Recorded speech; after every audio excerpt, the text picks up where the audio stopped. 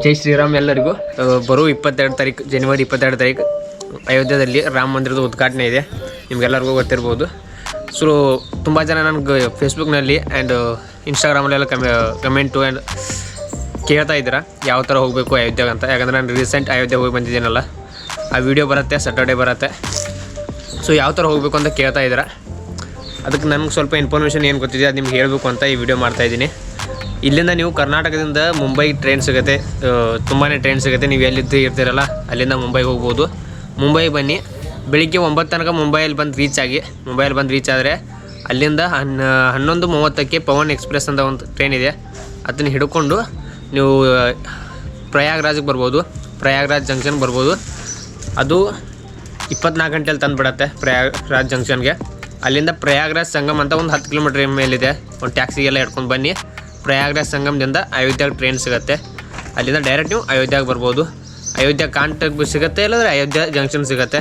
ಒಮ್ಮೊಮ್ಮೆ ಅಯೋಧ್ಯೆ ಕಾಂಟ ಸಿಗುತ್ತೆ, ಒಮ್ಮೊಮ್ಮೆ ಅಯೋಧ್ಯೆ ಜಂಕ್ಷನ್ ಸಿಗುತ್ತೆ. ಅಲ್ಲೇ ಒಂದು 5 ಕಿಲೋಮೀಟ್ರ್ ಡಿಸ್ಟೆನ್ಸ್ ಇದೆ, ತುಂಬ ಜಾಸ್ತಿ ಏನಿಲ್ಲ. ಆ್ಯಂಡ್ ನೀವು ಅಲ್ಲಿ ಮೇನ್ ಯಾವ್ಯಾವ ಪ್ಲೇಸ್ಗಳನ್ನು ನೋಡಬೇಕು ಅಂದರೆ, ಒಂದು ರಾಮ ಮಂದಿರ ಅಂತೂ ಆಯಿತು, ಕನಕ ಭವನ್ ಅಂತ ಇದೆ, ಸೀತಾ ಮಾತಾಗೆ ಡೆಡಿಕೇಟೆಡ್ ಆಗಿರೋದು. ಆ ಭವನವನ್ನು ನೋಡಿ. ಆ್ಯಂಡ್ ಹನುಮಂತನಿಗೆ ಒಂದು ಡೆಡಿಕೇಟ್ ಆಗಿರೋಂಥ ಗುಡಿ, ಹನುಮಾನ್ ಗರಿ ಅಂತ ಅದಕ್ಕೊಂದು ಹೋಗಿ. ಅದನ್ನ ಬಿಟ್ಟರೆ ವಾಲ್ಮೀಕಿ ಭವನ್, ಅದು ನೋಡೋದಕ್ಕೆ ಸ್ವಲ್ಪ ಚೆನ್ನಾಗಿದೆ, ಅಲ್ಲಿ ಕೂಡ ಹೋಗಿ. ಮತ್ತೊಂದು ನಾನು ರಿಕಮೆಂಡ್ ಮಾಡೋದು ಏನಪ್ಪ ಅಂದರೆ, ನಿಮಗೆಲ್ಲಾದರೂ ಟೈಮ್ ಸಿಕ್ಕಿದ್ರೆ ಅಲ್ಲಿಂದ ಅಯೋಧ್ಯದಿಂದ ಒಂದು 2-3 ಗಂಟೆಯಲ್ಲಿ ನೀವು ಬನಾರಸ್ ಕೂಡ ಹೋಗ್ಬೋದು. ನಿಮಗೆಲ್ಲಾದರೂ ಟೈಮ್ ಇದ್ದರೆ ತುಂಬಾ ಬೆಸ್ಟ್ ಪ್ಲೇಸು, ಹೋಲಿ ಪ್ಲೇಸು. ನಾನು ಇವಾಗ ಏನಾದ್ರು 1 ವರ್ಷ ಹಿಂದ್ಗಡೆ ಹೋಗಿದ್ದೆ. ಅಲ್ಲಿ ತುಂಬ ಬೆಸ್ಟ್ ಪ್ಲೇಸ್ ಇದೆ. ನಿಮಗೆಲ್ಲಾದರೂ ಟೈಮ್ ಇದ್ದರೆ ಅಲ್ಲಿ ಹೋಗಿ ವಿಸಿಟ್ ಮಾಡಿ. ಬನಾರಸ್ ಅಂತ ತುಂಬಾ ಚೆನ್ನಾಗಿತ್ತು, ತುಂಬಾ ಬೆಸ್ಟ್ ಪ್ಲೇಸ್ ಗುರು. ನೀವೆಲ್ಲಾದರೂ ಇಂಡಿಯಾದಲ್ಲಿ ನೋಡಬೇಕು ಅಂದರೆ ನನ್ನ ಪ್ರಕಾರ. ಸೊ ಅದಕ್ಕೆ ವಿಸಿಟ್ ಮಾಡಿ. ರಿಟರ್ನ್ ಬರಬೇಕು ಅಂದರೆ ಅಯೋಧ್ಯೆಯಿಂದ ಪ್ರಯಾಗ್ರಾಜ್ ಸಂಗಮ್ ಬನ್ನಿ. ಸಂಗಮದಿಂದ ಪ್ರಯಾಗ್ರಾಜ್ ಜಂಕ್ಷನ್ದಿಂದ ಮುಂಬೈ ತನಕನೂ ಅದೇ ಟ್ರೈನನ್ನು ಹಿಡೀರಿ, ಪವನ್ ಎಕ್ಸ್ಪ್ರೆಸ್ ಅಂತ.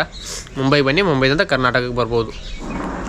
ಅದನ್ನು ಬಿಟ್ಟರೆ ಫ್ರೀ ಟ್ರೈನ್ಸ್ ಅಂತ ಹೇಳ್ತಾ ಇದ್ದಾರಲ್ಲ, ಅದ್ರ ಬಗ್ಗೆ ನನಗೇನು ಜಾಸ್ತಿ ಇನ್ಫಾರ್ಮೇಷನ್ ಗೊತ್ತಿಲ್ಲ.